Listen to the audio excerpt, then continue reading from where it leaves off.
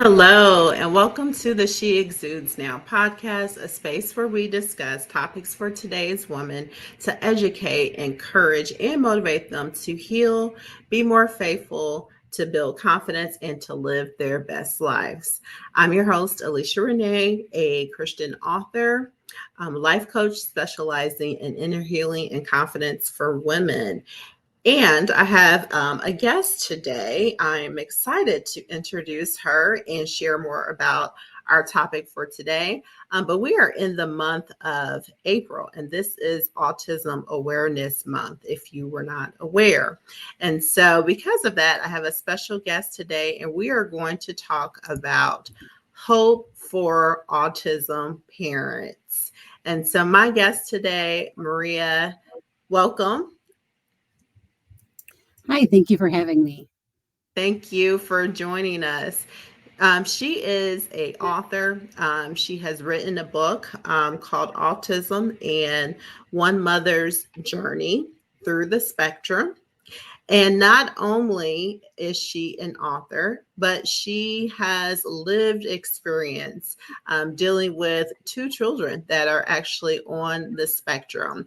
So, Maria, you have got a wealth of knowledge and experience, and you are just still here being hopeful, being happy, and That's all trying you can to do. encourage, absolutely, trying to encourage other people to just do the same. And I know that, it's not always easy. So kudos for you and your success so far. And thank you for being on the show.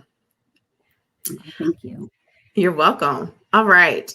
So before we jump into the topic, this is the She Exudes Now podcast. And I just want to ask, what are you exuding today? I'm exuding hope today, of all things. It just happened to fall into place. Well, that's perfect. It definitely syncs well with our topic for today. And hope is a good thing. We're not Yes. always in a place where we're feeling hopeful. We're not always feeling optimistic. So it's a good thing to be exuding that. It's a good thing to have those experiences. For me today, I am going to say just exuding resilience and Ooh, persistence, as this has been a long week. I know we just started this week, but over the course of the last 7 days, it's been long and lots of things going on. But I've not given up and just pressing forward. So I guess hope and persistence and resilience are kind of related too. You're hoping for the yes. moment that you get a break. Oh, definitely.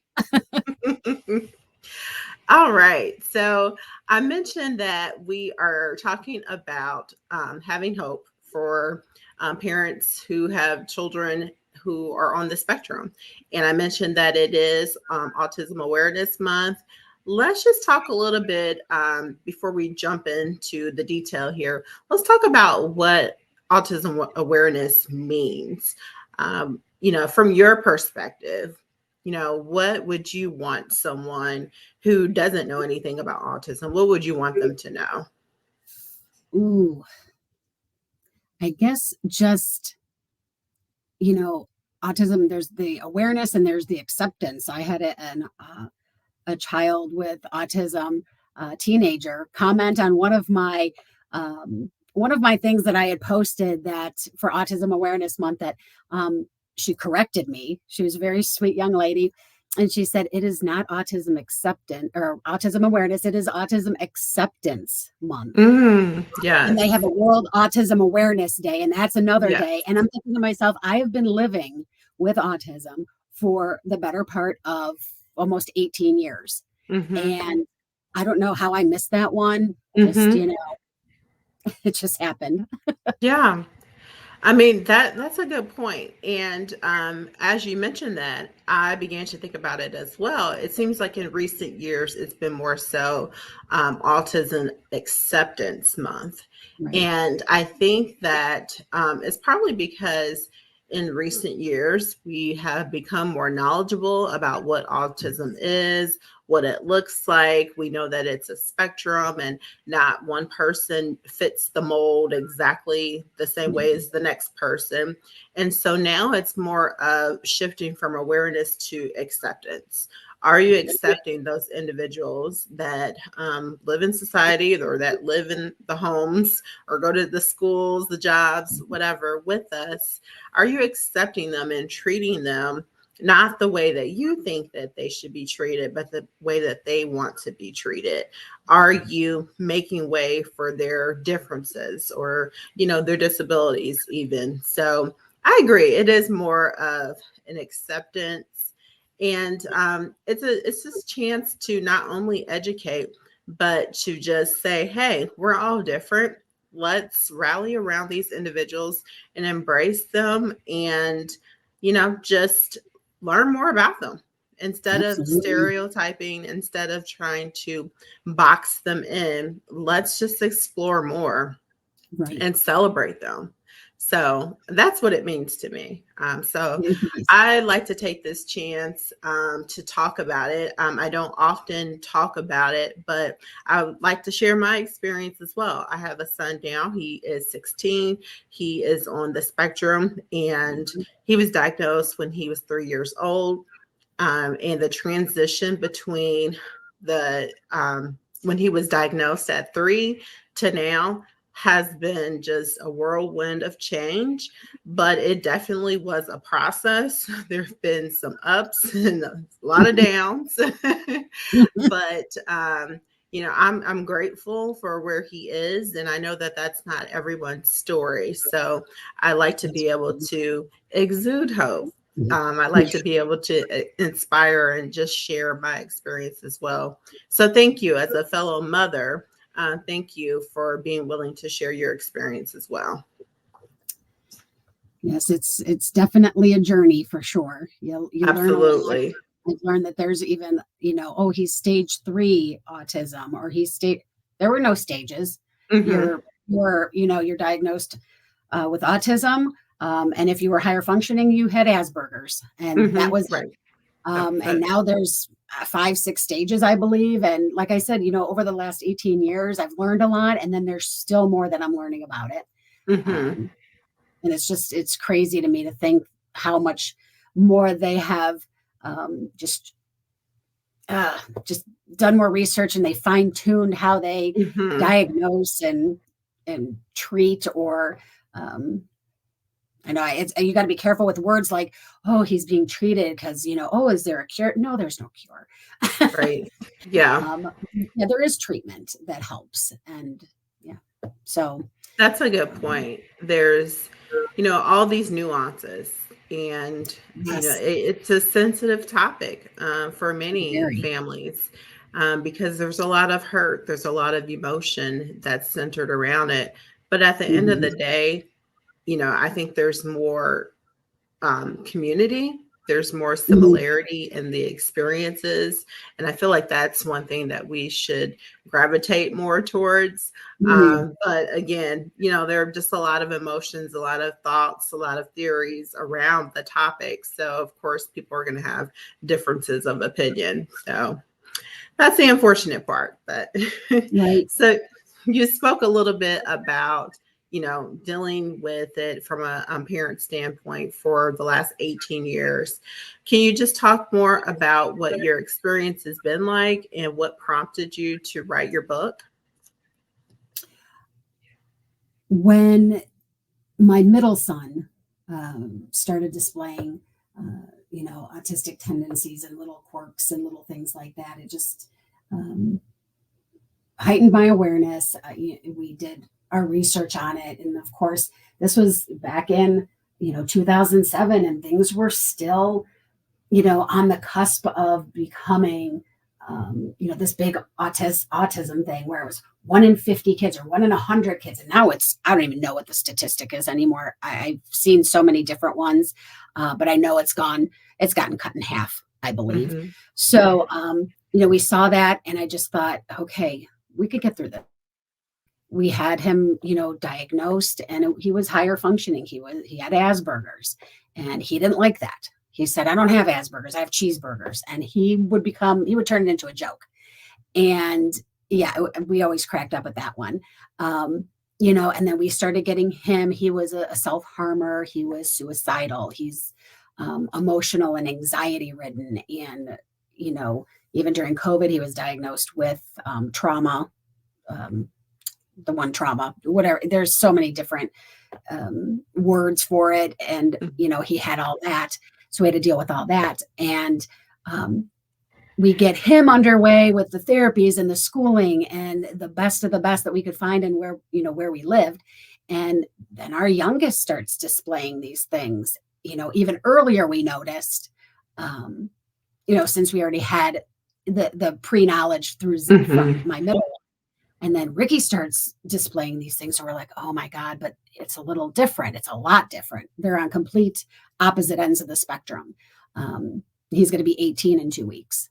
And we got him diagnosed with pervasive developmental delay, or PM, whatever the PDD or that one is. Mm-hmm. And that was already back in 09. And because they couldn't diagnose until the age of 5. And then we waited till he was 5.5, and got the formal diagnosis. And it was very grim with him. So it wasn't Asperger's, it wasn't high functioning. They gave us little to no hope. They even told us he wasn't going to live past 30, 35 years old. It was a very heart-wrenching Wow. moment. And Mm-hmm. I've always been a writer. I was a teacher. That's what my first degree is in. It's education, and I was certified 1 through 8, and taught the 4th and 5th grade level, junior high level. Then I got my master's in adult learning, and went into the college sector. And I'm even dealing with young adults on the spectrum. So I've learned a lot from that. And I started blogging and journaling and just writing. I would always write things down, just to help me learn how much that how far they've come. So I always kind of did that. And someone one day was like, "You need to put all this down in a book. You have volunteered for the schools, and you've done this and that, and you've helped so many families. You need to put all of this down because it's going to help someone. And if it helps Mm-hmm. even just one family, that's all that's worth to me. Mm-hmm. One family is worth it." Yeah, and you're right. Even if it helps one family, it's worth it because those experiences could help someone else not have to Yes, struggle with that, or even to just know that they're not alone. I know for me, exactly. when my son was first diagnosed, at that time he was 3, so we were able to get a diagnosis at 3, and I was just lost. I was devastated and Mhm. didn't understand why. I got the grim diagnosis as well.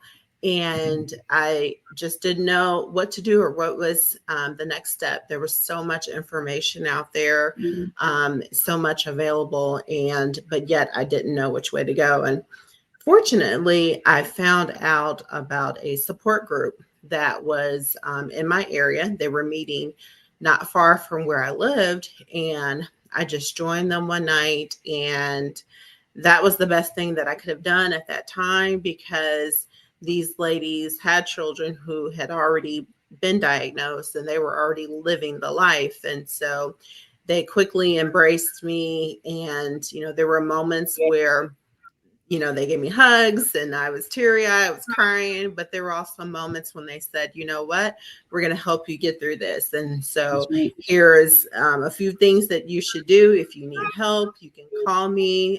We can walk through it together. And, that was such a blessing just because I was lost. And so I definitely feel like you need something.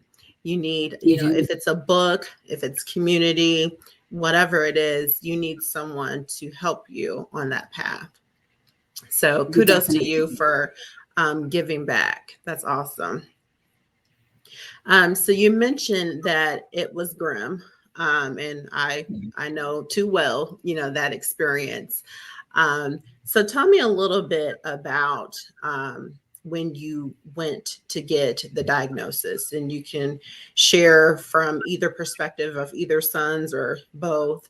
But what was it like? What were some of the things that you were told that your sons wouldn't be able to do? Um, and are there any things that didn't hold true, that are not true today? With my middle one, they had given us some hope. But I feel like they never want to give you false hope, so they kind of aim low. That way, if it gets better, then you kind of feel better about it. And I feel like that's how they did it with me, and with my middle one.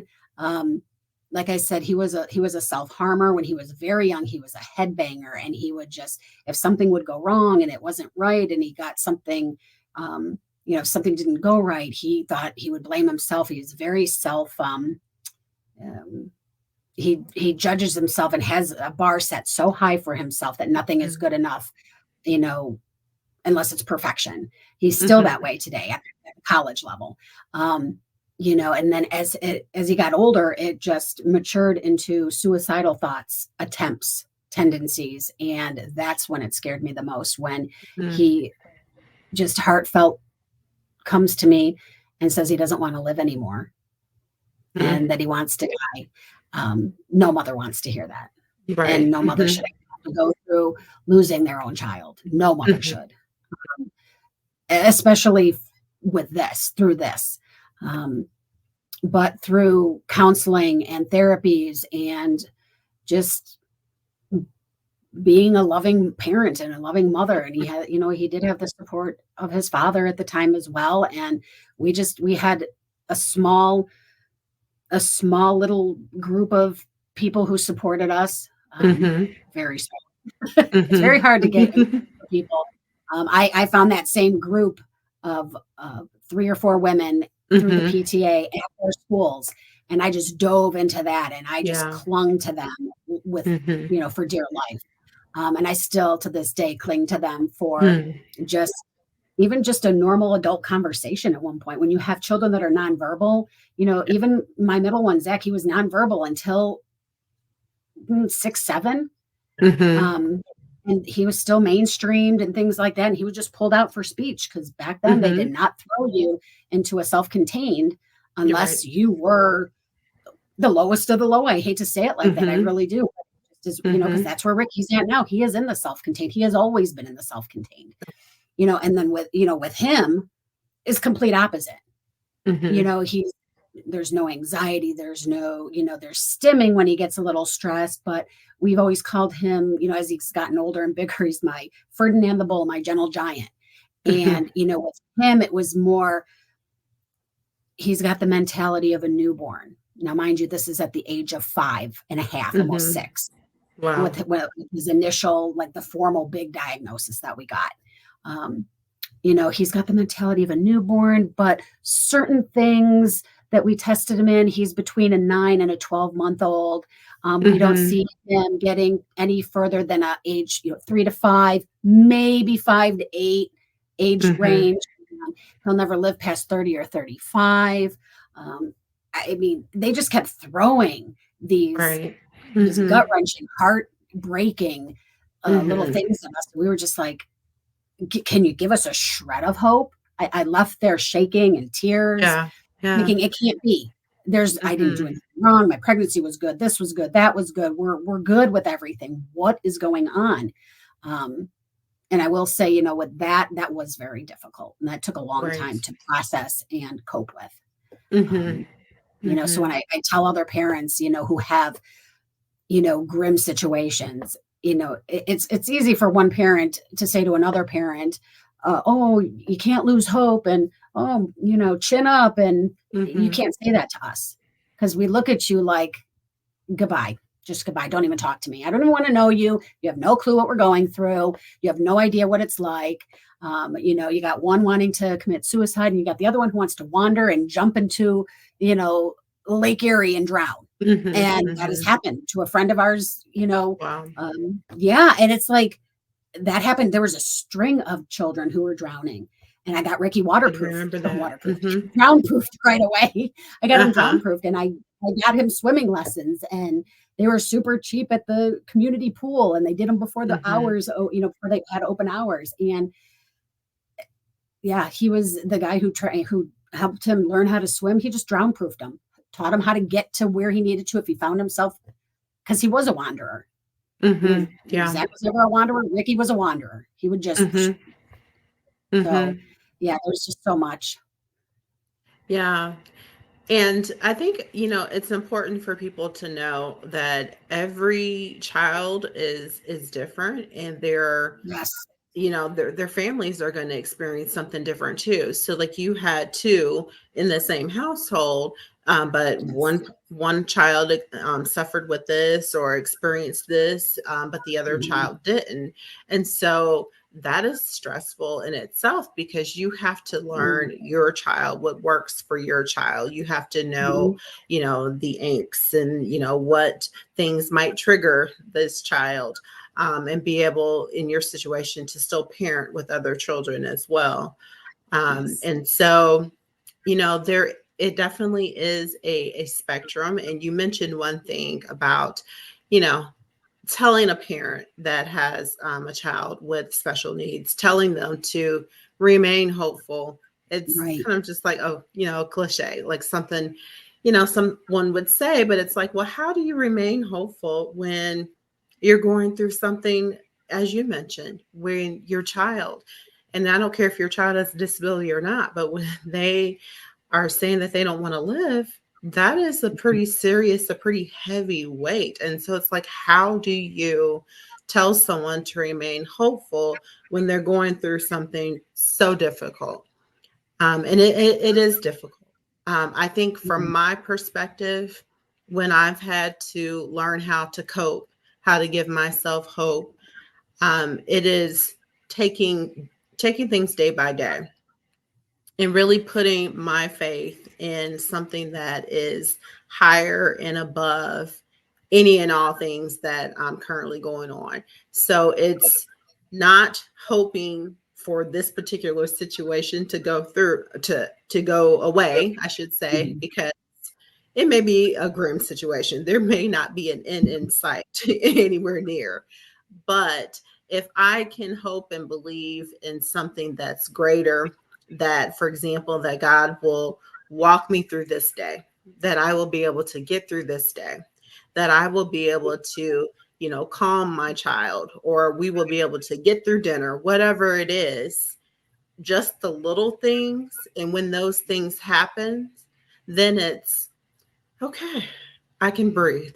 I can excel. I can do the next thing. And so for me, that's what hope is.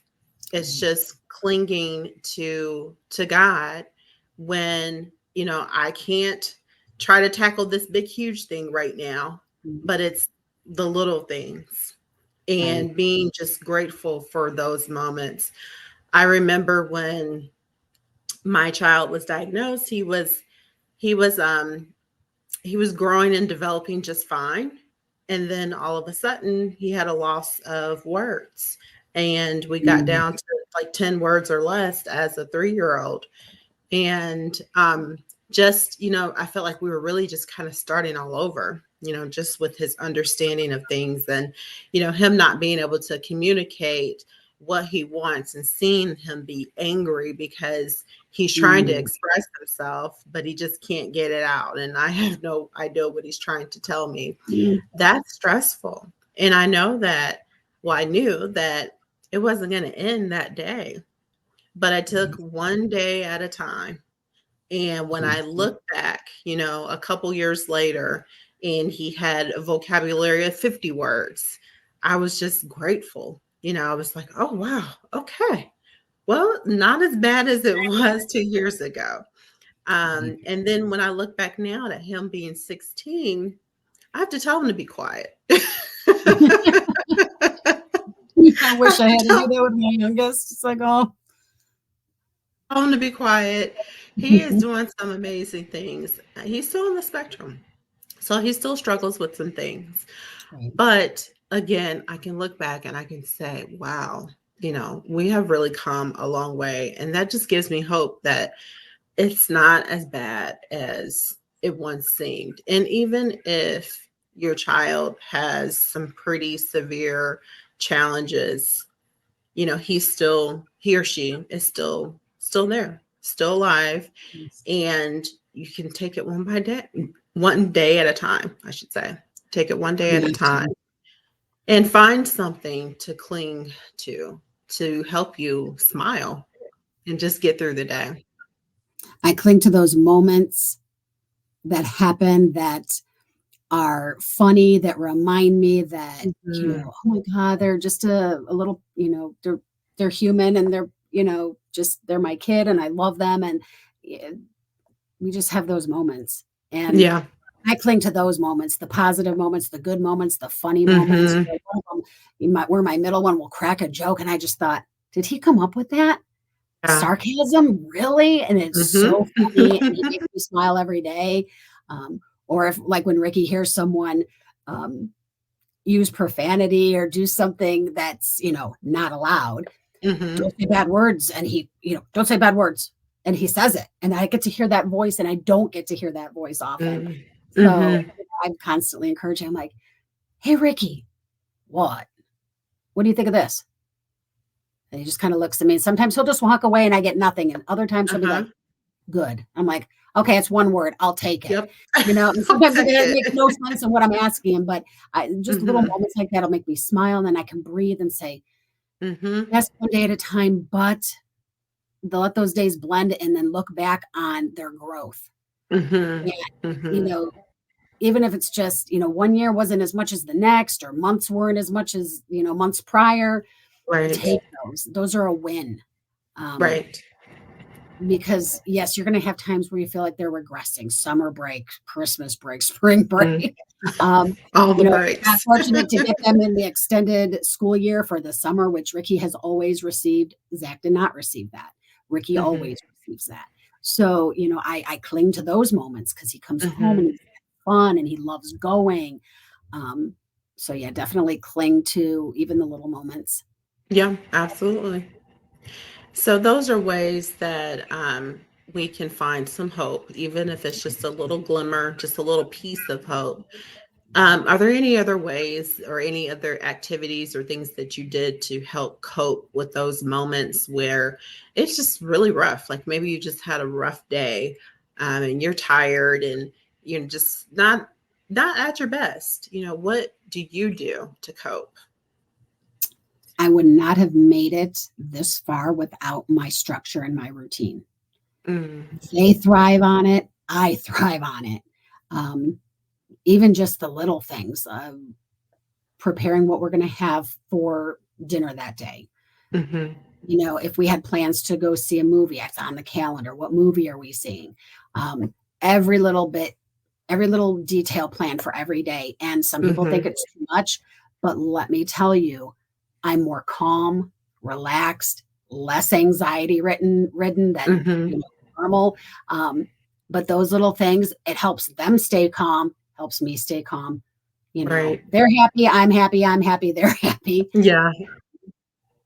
Yeah, absolutely. You Definitely. have to do what's good for your family, what works for your family. You know, for Mm, another family, being that organized or structured would be more work for them, possibly. yes. And so it may not work for them, but it's what works for you. And so that helps you to be able to cope with, you know, the difficult times or the hard times. Yeah. I would say for me, it has always been my me time when I can get it, particularly when my son would go to When you sleep. can get it. It's usually late at night. But you know, in the early days when he would go to sleep and you know, put him to bed, that was my time. So whether I spent that time washing dishes and cleaning up, or if I spent that time watching Netflix, Yes. um, a lot of times in recent years, my thing has been to put on something inspirational. I'll listen to an Audible, so an audiobook or a podcast, and because I don't have time to actually sit and read books like I used to many years ago. So, but I can do the same thing now with listening to it, and I can Yes. multitask. And so that is really, you know, something that I did for myself. So if I had a, work I needed to do, I would, put my iPod on and just listen. Other times it is just, taking a moment to do nothing. That is one of my favorite times. Just do nothing. Nothing. Whatever comes to mind, if it's just lay in the bed for, an extra hour or two in silence, that was my time. I needed that. Yes. I needed just a moment to decompress, to Mhm. think. And I would often journal, which is how I got into writing devotionals, Mhm. because journaling was therapeutic for me. Again, it took time out of my schedule to be able to sit and write, but it was something about actually writing and getting my thoughts down on paper Yes. that really helped me so much. I would also write down my prayers, and I felt like by writing them and then also speaking them, I just felt like, okay, I'm relinquishing all of this. And it just felt like I was releasing a burden. And that's something that was very important to me, especially being a single mother. I had so much on my plate. And so anytime that I could feel like I could decompress and let things go, that was just an awesome moment for me. Yes. Mm-hmm. Clinging, one of the things you cling to is, your higher power, or what Mm-hmm. I say this to any parents, whatever you believe in, you know, doesn't matter what it is. Just if you have to have something to Mm-hmm. believe in. And I was very angry with God in the very beginning. And I Mm-hmm. found myself having moments where if I had a moment to myself, I'm screaming and crying and Mm-hmm. just cursing God for doing this to me. And why would he do this to an Mm-hmm. innocent child, let alone two of Right. them in one household? And then I said to myself, I'm thinking, I'm sitting here and I'm so angry with him, but I'm talking to him. Mm-hmm. So I had a higher power, even though I was mad at him. And I've learned, and it's taken a long time. Um, and not a lot of people even know that I pray every day, multiple times, Mm-hmm. Mm-hmm. and it has helped me. Yeah. Um, and it's hard to explain because some people, my oldest is now going through this. I don't know if I believe in God. Um, Mm-hmm. he has helped me raise his two younger brothers, and he's been through a lot in his young life and had to Mm-hmm. grow up a little too fast and maybe have a little bit more responsibility with his two younger brothers. And I feel just horrible about that. Mm-hmm. However, I worry that if he doesn't believe in something, that it's going to eat away at him. Right. Um, Mm-hmm. I'm hoping that he Mm-hmm. finds something to cling to that gives him hope. And Mm-hmm. that's same thing I would tell any other parent. You're going to have those moments where we had the moment where we thought we were going to lose Ricky. He was so sick and he wasn't responding to anything, and he had um, hyperkalemia, which is like a weird potassium disorder when he was 18 months old. And I'm thinking to myself, are you kidding me? And he had it, he still has it. Um, but it's gotten under control and he's slowly outgrowing it, so to speak. Mm-hmm. But after the age of 10, 11, 12, it started to dwindle a little bit and not be as much and not have as many episodes. But there were so many times where he would be in a coma and we didn't know if he was going to wake up or if we were going to be planning a funeral. So I know that there are parents out there who have children with heart problems. And on top Right. of that, well, they're diagnosed and they have autism or they have Mm-hmm. Downs or they have some sort of other, mental disability. And then on top of Mm-hmm. it, like an internal health, something wrong there. Why? But if you don't cling to something of a higher power, it's you're just going to send yourself to an early grave, which was where I was headed for so Mm-hmm. long because I didn't want to live, and I felt like at one point I just wanted to die myself, and then Mm-hmm. you have to pull yourself out of that. You just have to. I'm not going to Right. say have hope or chin up or anything. You have to. If you love your children, you have to do this for them. And that's where I went to. I got to that point of I have to do this because there is no other option. I love my kids more than anything. And I want them to be successful, and I want them to progress and do certain things in life. And Mm-hmm. if I didn't cling to something, I wouldn't even be here right now. Yeah, it's difficult when we talk about, people that have some major struggles in life, people that have various disabilities and illnesses, and then there are the caregivers as well. And you wonder why. You often get the question about, well, why did this happen? Mhm. I asked the same thing when my son was young, like, God, why would you do this to an innocent child? Yeah. And the one thing that I learned is that he owes me no explanation. I don't. I never got a response all these years. Right. I never got a response, but my heart is softened.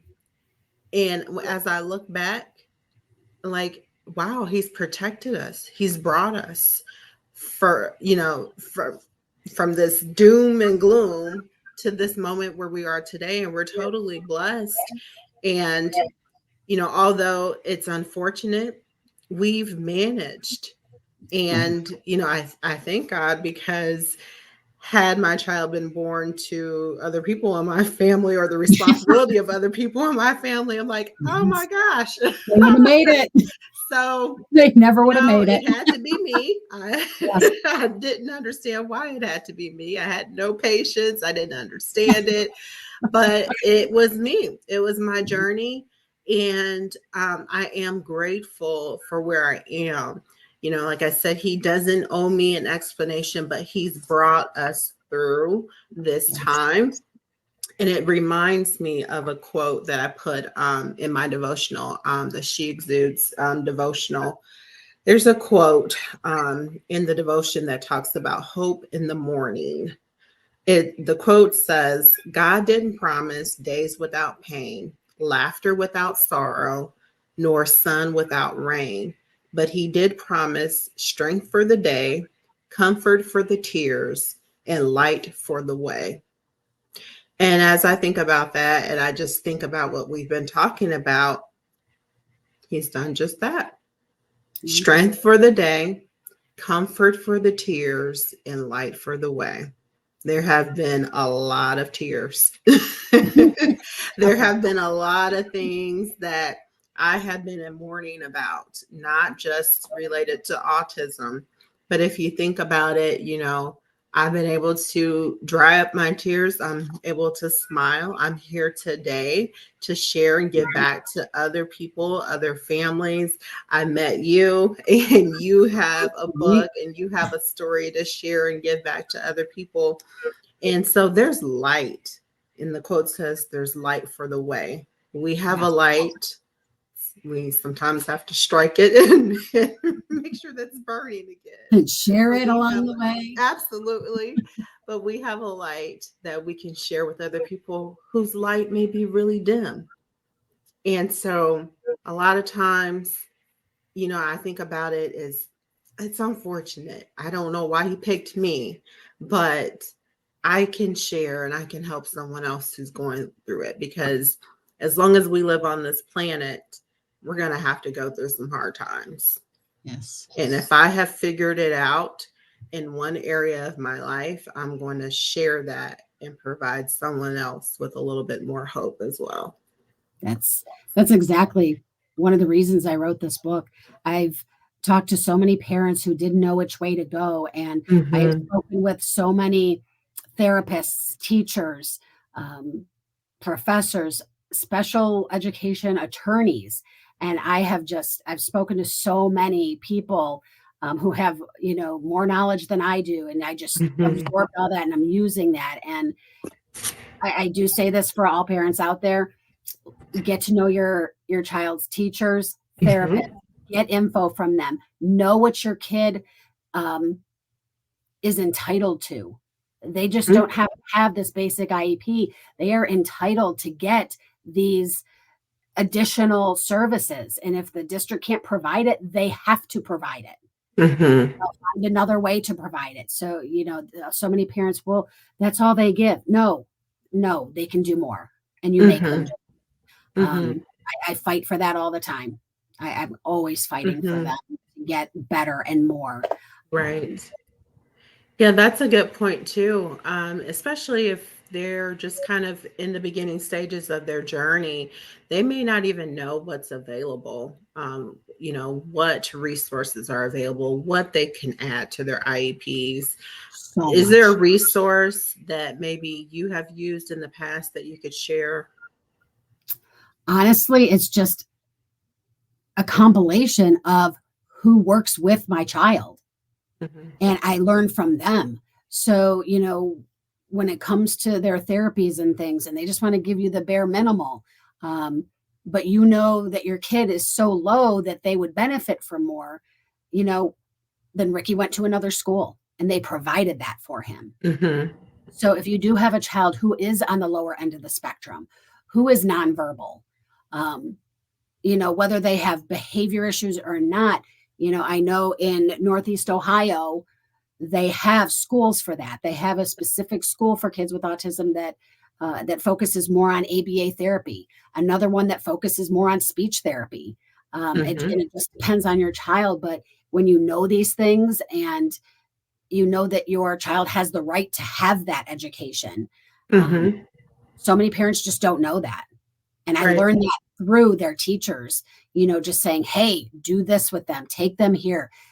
Here's, you know, here's this number, here's that number, here's this website. Here's a specialist I recommend. And I listen to them and I spend an hour and a half in their IEP meeting, Hmm. and I take everything in and I jot questions down. Um, and I dove into my kids' education at a young, Yeah. right from the get go. Became PTA president at all the schools just to stay involved there and volunteer. And yeah, was it hard? Of course it was hard. I had to work too, and I had to, make it fit. But if you want it, you'll find a way. Otherwise, you'll make an excuse.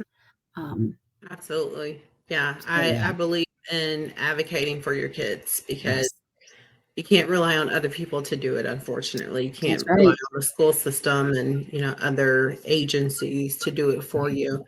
They've got, unfortunately, so many other demands and asks, Yes, and so you have to do it for your child. that's right. So I definitely agree with that. Any other advice that you would share with parents who either are just newly going through all of this and feeling stuck, or maybe it's even a parent that's been through it for a while and she just really doesn't see, or he doesn't really see any light at the end of the tunnel? Any advice that you could give? If it's early on, look for those special needs preschools. That gives you, Ricky was there at 3 years old, and it was half a day, 4 days a week for just 3 hours. That was so vital to my sanity at one point. And Hmm. I was so grateful that I had found that. And, you can search for these things within your district. Do they have one? Um, you know, take it from there and then just kind of you just keep learning. And that's all I did was I just kept digging for more. And I found that for him. And then I found out after a year of that he could go, all day. So then he went Hmm. from like 8:30 to 1:30 or 2:30. So it was like a 6 hour, 5 hour day. And he loved going. He loved going. So I was lucky in that aspect. That all my kids have always just loved school. Thank God. You just, you worry about things like that. Like, trust me, I've had my other battles, but so cling to those good things that you do have with Hmm. them. If they eat healthy, cling to that. If you have Hmm. in-laws or parents or siblings that are willing to help you, cling to that. I had nobody. Right. Uh-huh. I had no help and no support hardly. Hmm. Handful of small, but you can't burn those people out either. It's hard. Right. And you feel Hmm. guilty, and then you're caught in that catch 22 of, I can't keep asking. I can't keep asking because you'll get burned out. My parents Hmm. got burned out early. They did like 2, 3 years solid, and then it was a toll on their mental health and their physical Hmm. health. And they had to cut it back as the kids got a little older. And then I literally had no one after that. Um, Hmm. so find the things that you can do. Parent groups, if you do find a daycare or if you have that support, cling to them, make the best relationship out of that Hmm. that you can, and be grateful that you have it, because so many people do not. And Right. if it is that Yeah. bad, get respite care. Know what you're entitled to. Know what your child is entitled to. Yes. There's so Yes. much out there. There is a lot. I would say, in recent years, there's been so much, as we talked about before, so much awareness and so much Mhm. growth. And so there are a lot more centers and a lot more therapies available than they ever were before. So definitely look into the things that are available for you in your local area. It's Yes. absolutely correct.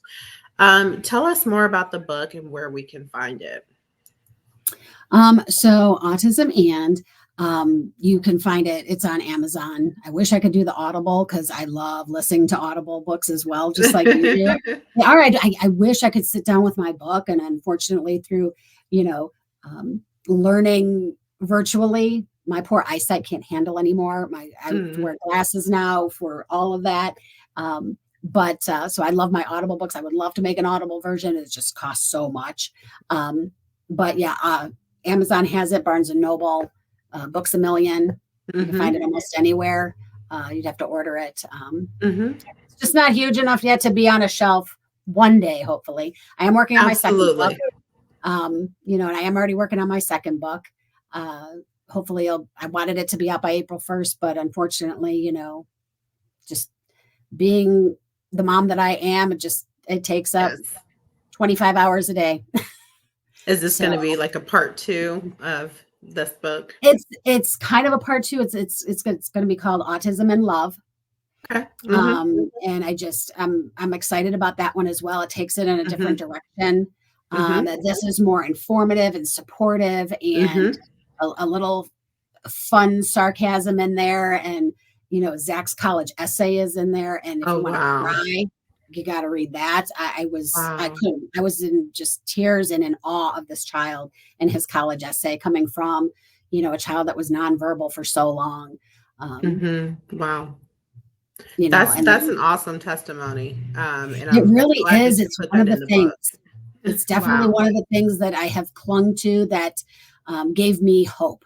Mhm. Everything he went through. Now, mind you, remember, he was the one on the higher end of the spectrum. Mhm. And, Mhm. he was suicidal and self harming and nonverbal up until, 6, 7 years old. And, Mhm.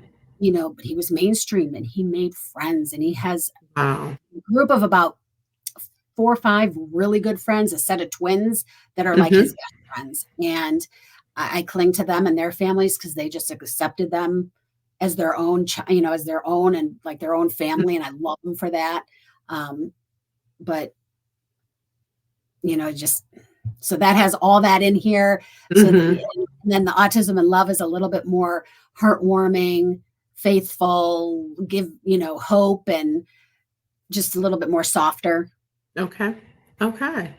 Well, they both sound great, and I will put the link in the show notes, the link directly to Amazon, so that you guys could go there and purchase it. And I just want to thank you once again for sharing your story. Thank you again for being able to give back and inspire other people. As we talked about before, that's what it's about. And so, fortunately, you were able to find that glimmer of hope, and you were able to share that with others. So that's awesome. And I just want to remind people that the She Exudes devotional is available, and there are various scriptures with affirmations, and like the quote that I just read earlier, that just talks about, it really kind of puts things in perspective when you're looking for hope and you're thinking about, well, everything wasn't promised to be perfect, but here's a way that I can celebrate and appreciate what I have for today. So if you're struggling and just need something to center you, it's the perfect devotional for that. And you can find it at theconfidentlily.com. So again, thank you, Maria, for joining us. And until next time, everyone, be blessed. Thanks.